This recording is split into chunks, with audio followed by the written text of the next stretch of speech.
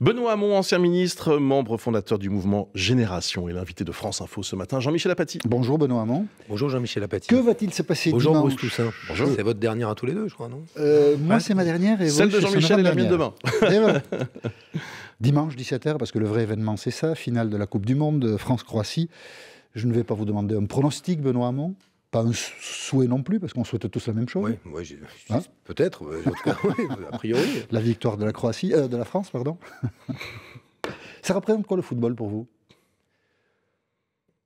Oh, écoutez, moi j'ai pratiqué plus jeune, maintenant j'ai arrêté, très honnêtement. Mais on va passer des images d'ailleurs pendant que vous parlez de Benoît Hamon sur un terrain de football. Oui, non mais bon, si j'ai pratiqué comme tout le monde quand on était gamin, quoi. Non, mais c'est surtout que c'est assez génial de se dire qu'on est en finale de la Coupe du Monde, quoi. 20 ans après, même si moi ça me fatigue un peu la comparaison avec 98 pourquoi mais parce que bon, c'est une Coupe du Monde. J'y étais, comme tout le monde, mais voilà, je trouve que c'est un peu pénible côté 98-2018. Le contexte n'est pas le même. Puis on essaie de faire des parallèles entre les Champs-Élysées, etc. Bon, bref. Donc non, moi je suis très content en 2018 qu'on soit en finale de la Coupe du Monde, indépendamment de ce qu'on avait fait en 98. Et ce qui me frappe beaucoup, pour rien vous cacher, c'est que je trouve que dans cette Coupe du Monde, on a l'impression qu'il y aurait pu avoir 10 carrés différents en demi-finale, tellement finalement les équipes étaient assez proches. De bon niveau. Oui, de bon niveau. En tout cas, c'était très très proche, parce que quand on regarde les poules, certaines équipes, sélections nationales qui ont été éliminées ou au carton jaune, ou à chaque fois on était au touche-touche. Voilà, ça aurait pu être très différent. Donc voilà, France-Croatie, c'est assez inédit. On est pas vraiment inédit, c'est la première fois. Oui, donc, non, mais pronostiquer ça, je dis, il n'y a pas grand monde qui. Non, moi, dans les parieurs. Pas vous, Bruce? Non. Voilà, donc non, moi je suis très content. J'espère qu'on va gagner surtout. Et voilà, on l'espère tous. J'ai une question à 3 sous. Je ne sais pas si vous avez une réponse à la question. J'ai écrit, c'est un sport qui impose au monde entier son modèle économique libéral. Vrai ou faux? Donc, ça rigole pas, Jean-Michel Apathy. C'est sa dernière, donc il se venge. Non, mais je sais pas s'il impose quoi que ce soit. Là, Si. Non, je crois pas qu'il faut pas laisser relaissons le foot à sa place, mais parce que c'est embêtant de poser une analyse sur le fait économique que représente le football. On critique le libéralisme partout, tout le monde. Voilà. Mais avant d'être un modèle économique, mais avant d'être un modèle économique, c'est un sport. Et pourquoi ce sport-là est-il si mondial? C'est parce que vous passez par toutes les formes d'émotions en 90 minutes. L'ennui, la rage, la colère, la joie intense, même parfois totalement incontrôlé, et le football dans tous les grands sports collectifs est celui qui procure le plus de toutes ces émotions à la fois. Vous avez raison, mais c'était un sport régulé depuis l'arrêt Bosman. La liberté pour un joueur d'aller dans un club ailleurs a fait exploser les prix et a imposé un modèle économique. Alors après, il y a un modèle économique, en tout cas pour le football des clubs, ce qui n'est pas tout à fait pareil avec le football des sélections nationales, vous le reconnaîtrez. Mais oui, il y a un modèle économique, et j'ai pu en parler il y a quelques temps. Après, c'est vrai qu'il charrie un argent qui est un argent considérable. La question est, par ailleurs, est-ce que cet argent est toujours très très propre? C'est pas forcément le cas partout. Mais voilà, en tout cas, ça nous donne du bonheur en ce moment. Donc on va pas se plaindre. Voilà, on va en profiter jusqu'au bout. Dimanche, 17h. Et pendant ce temps, que font les députés? Ils discutent, il faut dire que ça ne passionne pas les foules, de la révision constitutionnelle. Et au dernier moment, Emmanuel Macron, le président de la République, a ajouté un amendement. C'était à Versailles lundi. Certains disaient, écoutez, vous êtes un peu comme le roi Soleil, vous venez, vous parlez, vous partez. Et Emmanuel Macron a dit, la prochaine fois, je resterai. On écoute Emmanuel Macron.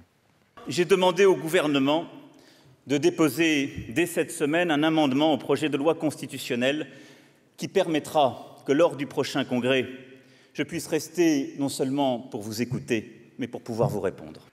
Qu'est-ce que vous en pensez? Du coup, c'est un accès d'humilité, il va rester, il va répondre. Mais le problème de la Ve République, c'est pas que le président de la République reste et réponde, c'est son irresponsabilité devant le Parlement. Ah, c'est ça le problème? Je pense oui, qu'aujourd'hui, nous n'avons pas. Le président de la République s'autorise à convoquer le Congrès, mais n'est pas responsable devant le Parlement. Et il y a très peu, et dans la réalité du dysfonctionnement de la Ve République, procède à mes yeux, d'une tare ou d'un vice qui est dans la Constitution de la Ve République, qui veut que le président de la République, finalement, concentre beaucoup de pouvoir, mais n'est responsable devant personne, sauf évidemment devant le peuple français s'il se représente. Et il me semble qu'il y a quelque chose de curieux à concevoir qu'il s'agirait d'un progrès démocratique à voir le président de la République rester 1 heure de plus répondre au président des groupes parlementaires, quand dans le même geste, il a réduit le droit du Parlement et qu'il, finalement, depuis qu'il exerce la fonction de président de la République, montrait assez peu d'égards vis-à-vis des citoyens eux-mêmes, dans la manière dont il leur parle, et les considère parfois comme de grands enfants qu'il sermonne, dans la façon dont il méprise les corps intermédiaires. Moi, je pense que nous vivons dans une démocratie intermittente. C'est-à-dire qu'entre 2 scrutins, on ne sait pas très bien comment exercer notre devoir de citoyen. Vous n'aimez pas la personnalité d'Emmanuel Macron? Non, mais ça n'a rien à voir. Je n'aime pas beaucoup la Ve République. Mais sa personnalité a l'air de vous agacer plus que... Non, vraiment, je disais cela auparavant sous François Hollande et auparavant sous Nicolas Sarkozy. Jamais dit sur François Hollande. Nicolas Sarkozy peut-être, mais non, jamais dit sur François Hollande. Moi, j'ai toujours défendu qu'il fallait changer d'institution et changer de République. Et c'est pareil pour Emmanuel Macron qu'auparavant. Il en fait, lui, une forme de jouissance aujourd'hui à exploiter toutes les possibilités qu'offre la Ve République de mettre en scène son pouvoir personnel.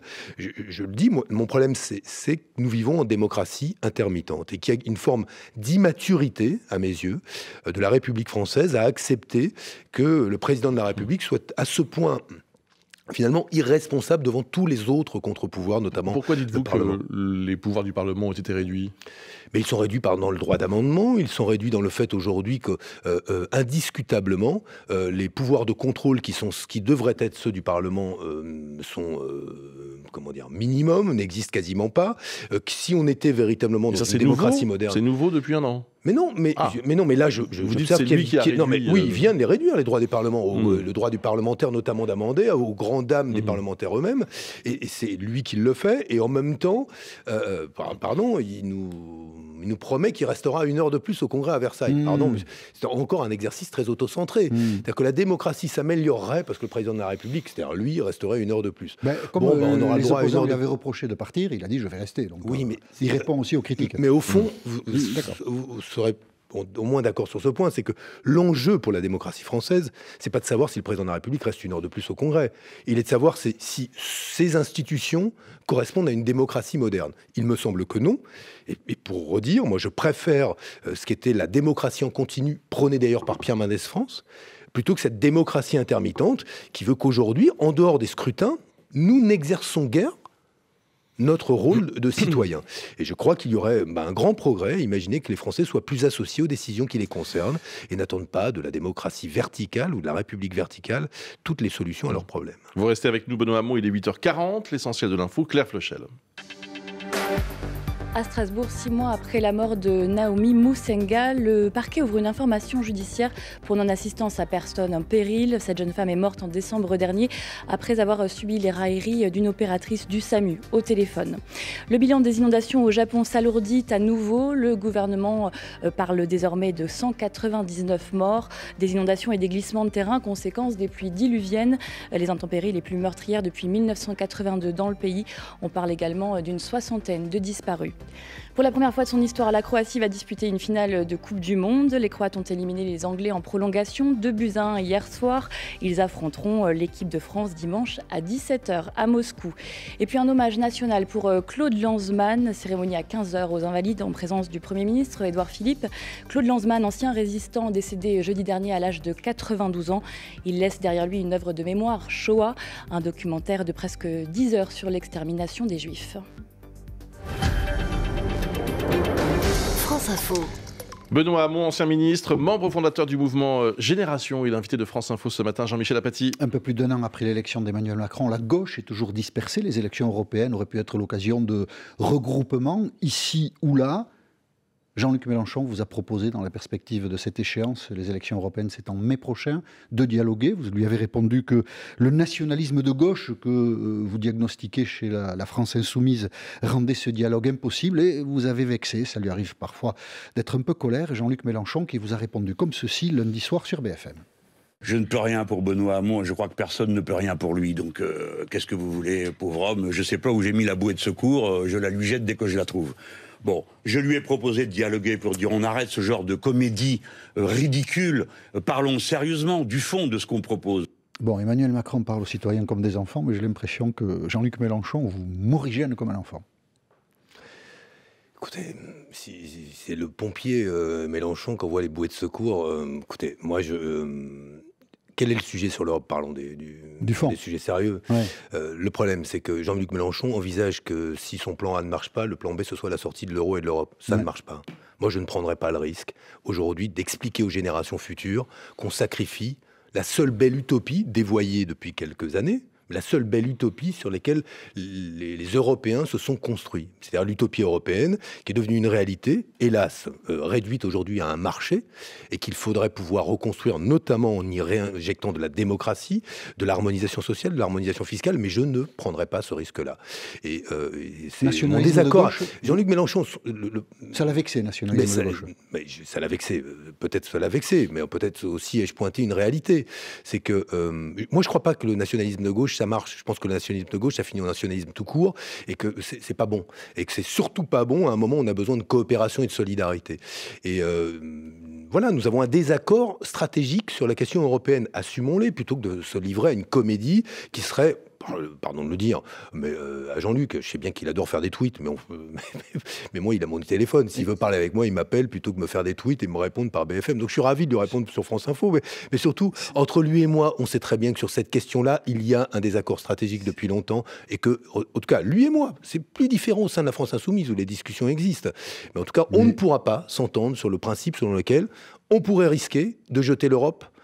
Parce que finalement, le jeu en vaudrait la chandelle. Mais quel jeu? Celui d'une élection en 2022?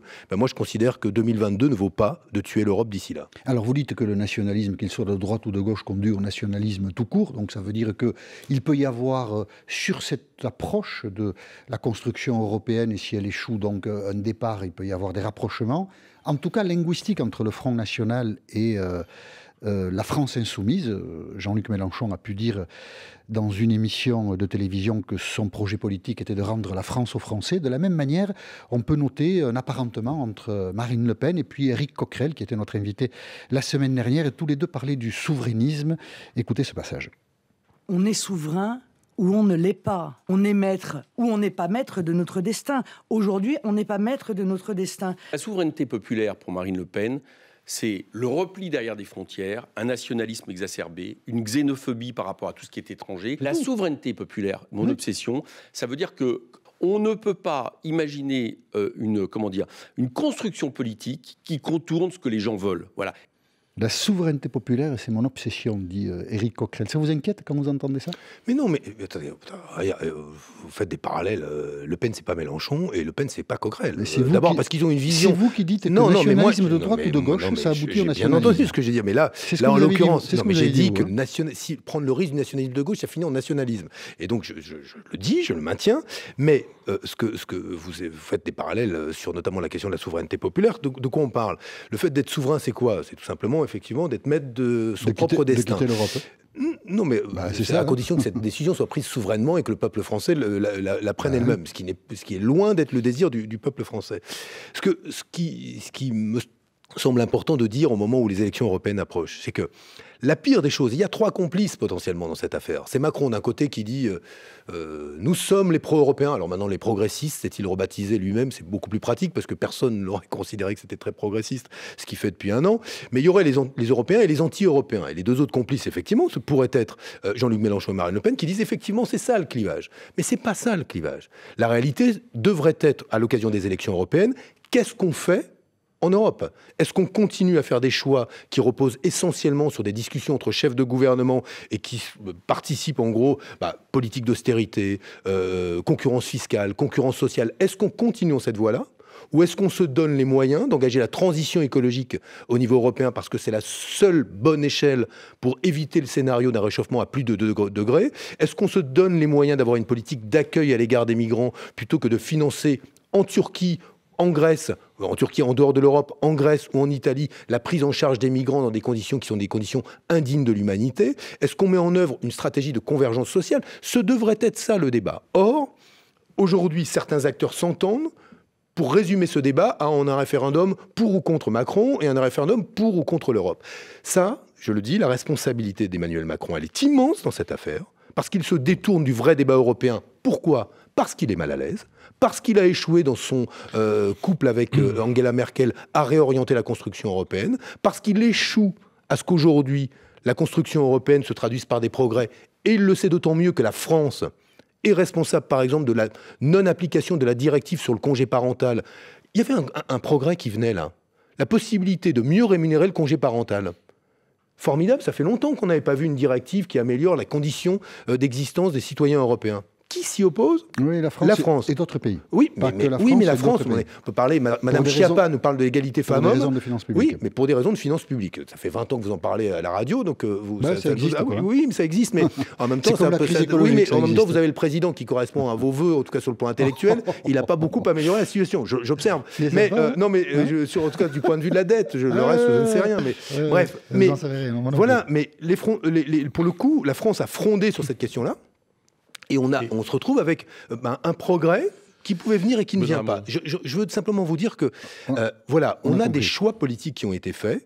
Ils mériteraient d'être débattus, mais on va nous servir à un débat tout simplement entre Européens et pro-Européens. Il y a une troisième force qui a vocation à exister lors de ces élections européennes et que nous incarnerons. Vous avez répondu longuement, de façon complète sur le fond. Mais vous n'avez pas répondu sur la forme. Le ton de Jean-Luc Mélenchon n'est pas très aimable à votre sujet. Oui, non, mais moi, vous savez... ça vous dérange pas? Non, mais... On lui passe tout à Mélenchon. Aquila non capit muscas, voilà. Vous faites la traduction en l'aigle n'attrape pas les mouches. Moi, ça ne m'intéresse pas, ce genre de... L'aigle n'attrape pas les mouches. Ouais, c'est du latin, oui. Oui, non, mais ça ne m'intéresse pas. Je ne vais pas y répondre. Qui est l'aigle dans le... Non, mais ça ne m'intéresse pas de rentrer dans ces polémiques-là. Sinon, c'est pas une sorte de polémique, c'est juste... Il vous appelle pauvre homme à la télévision. Oui, ben voilà. Écoutez, si c'est sa liberté, moi, ça ne m'intéresse pas. Mais ça dit la difficulté qu'a la gauche, parce qu'aujourd'hui, vous tourneriez plus naturellement vers la France insoumise que vers le Parti socialiste. Et ça dit la difficulté qu'a la gauche à construire quelque chose. Non, mais alors ce point-là, Jean-Michel Apathy, on est encore... La gauche, c'est une famille polytraumatisée. Alors, stop. La gauche est une famille polytraumatisée. Et on enchaîne après, si vous voulez. Et on va revenir sur le polytraumatisme. Voilà, merci de patienter une minute. Le temps pour nous tous de découvrir l'essentiel de l'info avec Claire Flochel. Il est 8h50. Un début d'été plus chaud et davantage de morts par noyade. Conclusion d'un rapport de Santé publique France, publié aujourd'hui, 50 morts en un mois. La moitié des victimes a plus de 45 ans et meurt en mer. Ambiance électrique hier au sommet de l'OTAN. Comme il l'avait annoncé, Donald Trump a mis la pression sur les Européens. Le président américain qui a demandé le doublement de leurs dépenses consacrées à la défense. Les pays de l'Alliance Atlantique se sont engagés à déjà respecter les 2% du PIB. Après Bruxelles, Donald Trump maintenant attendu à Londres, première visite du président américain au Royaume-Uni depuis son arrivée au pouvoir. Une visite de 4 jours, il rencontrera la première ministre Theresa May puis la reine. Demain, plus de 50 000 opposants à Donald Trump sont attendus dans les rues de Londres. Et puis ce sera donc France-Croatie. Les Croates rejoignent les Bleus en finale de la Coupe du Monde. Ils ont battu les Anglais en prolongation 2-1 hier soir. C'est la première fois que les Croates se hissent en finale. Ce sera 20 ans après la demi-finale perdue face aux Bleus en 1998. France Info. Benoît Hamon, ancien ministre, membre fondateur du mouvement Génération et l'invité de France Info, Jean-Michel Apathy. Donc la gauche est polytraumatisée. Nous étions interrompus à cet endroit. Elle est polytraumatisée pour longtemps, sans doute. Non, mais je ne pense pas qu'elle le soit pour si longtemps que cela, mais elle a besoin de se réinterroger aujourd'hui sur les solutions qu'elle veut mettre en œuvre. On a beaucoup parlé d'identité, et d'ailleurs, vous voyez aujourd'hui, beaucoup de partis politiques se replient sur leur identité. Qu'est-ce que c'est qu'être vrai socialiste? Doit-on être vrai communiste pour aller aux européennes? Les écologistes, doivent-ils être des vrais écologistes aussi, etc. Bon, on s'interroge beaucoup sur ce que l'on est, et un peu moins sur les solutions que l'on veut mettre en œuvre. Mais pourquoi avons-nous déçu? Parce que, pour faire vite, les solutions que la gauche proposait s'apparentaient ou à des solutions de droite, ou étaient inefficaces à régler les problèmes concrets des Français. Or, moi, ce qui me semble aujourd'hui, ce que nous voulons incarner à Génération, c'est justement être le parti des solutions. On ne veut pas se retrouver dans la situation de dire voilà ce que nous sommes, et par exclusion de dire tout ce que nous ne sommes pas, et nous serions la gauche pure. Moi, je ne revendique pas cela.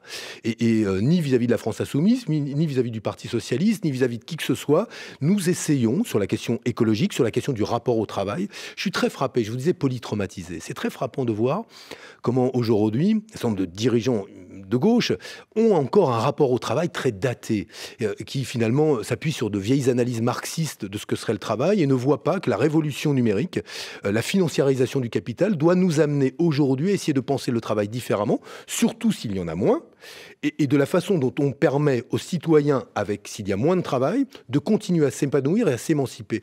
Quand nous avons proposé, nous, le revenu universel d'existence, effectivement, c'est pas seulement sur le plan intellectuel, c'est philosophiquement un changement de rapport au travail. Nous disons, notre existence ne peut plus être liée à un revenu lui-même lié au travail. Sur ces questions-là, je pense qu'il faut continuer à avancer et nous formulons des propositions. Sont assez archaïques et n'arrivent pas à comprendre les enjeux de votre proposition. Moi, je pense que ça progresse. Quand 13 présidents de conseils départementaux expérimentent le revenu de base, ça progresse. Mais il me semble que ce sont à travers ces questions-là, questions écologiques, le rapport au travail et à la démocratie, que la gauche se régénérera et qu'elle sortira de cette phase un peu polytraumatisée dans laquelle elle est, où on se jette des noms d'oiseaux en permanence au visage. La question écologique que vous mettez souvent en avant aurait pu vous conduire à un accord, à un travail en commun avec les écologistes. Et là aussi, visiblement, le fil est coupé. Non, il n'est pas coupé.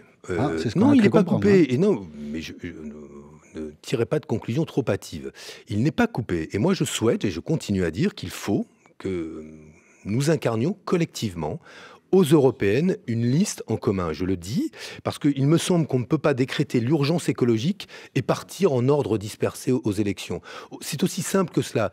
Il y a besoin aujourd'hui que cette force-là soit puissante au Parlement européen. Sinon, évidemment, on se dirait il y a de l'écologie, un peu d'écologie dans le programme de M. Macron, il y a dans le programme de M. Mélenchon, dans le programme des socialistes, le programme de Génération. L'écologie partout, mais des écologistes nulle part. Et surtout pas au Parlement européen parce qu'il serait liste commune avec les écologistes. Yannick Jadot, par exemple, est toujours d'actualité. On a cru comprendre que la porte était fermée de leur côté. Je pense qu'elle n'est pas fermée. En tout cas, moi, je ferai tout pour qu'elle se réouvre. Moi, ça n'aurait pas beaucoup de sens, au bout du compte, qu'on pense à peu près la même chose et qu'on y aille en ordre dispersé.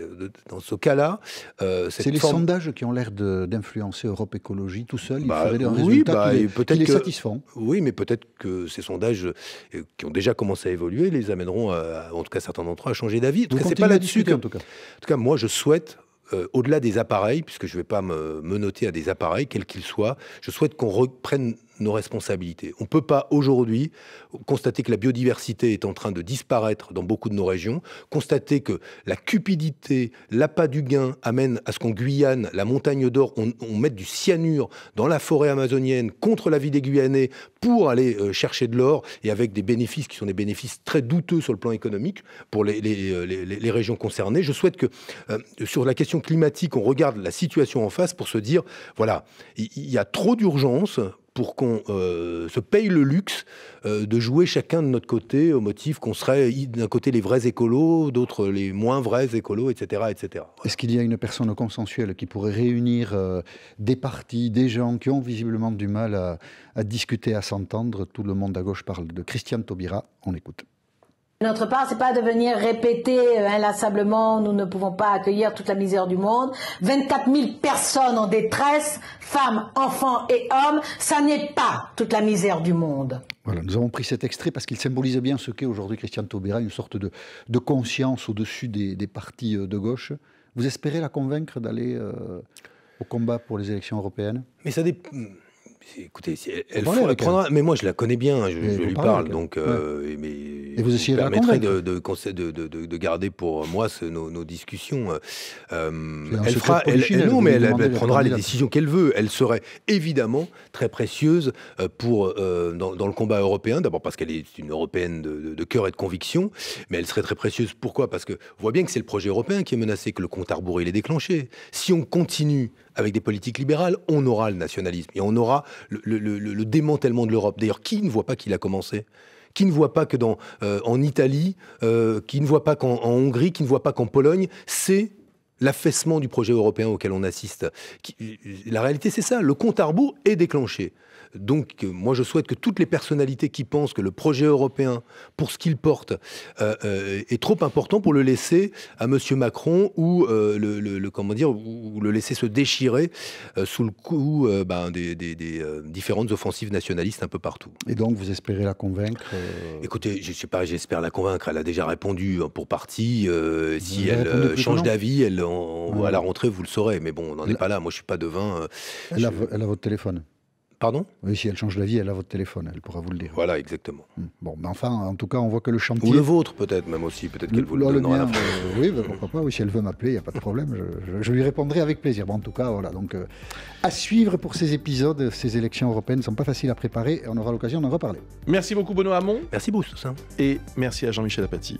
Mais merci à vous. J'étais ravi de passer 2 ans à France Info et cette dernière année avec vous, Bruce. C'était en effet votre dernière interview sur France Info. Bravo pour ces 2 saisons. Et à mon tour, je vous dis que j'étais très heureux de faire équipe avec vous tous les matins. Je vous souhaite bonne chance. Merci. Pour votre nouvelle aventure professionnelle à la rentrée. Bonne chance à vous aussi. Bonne journée.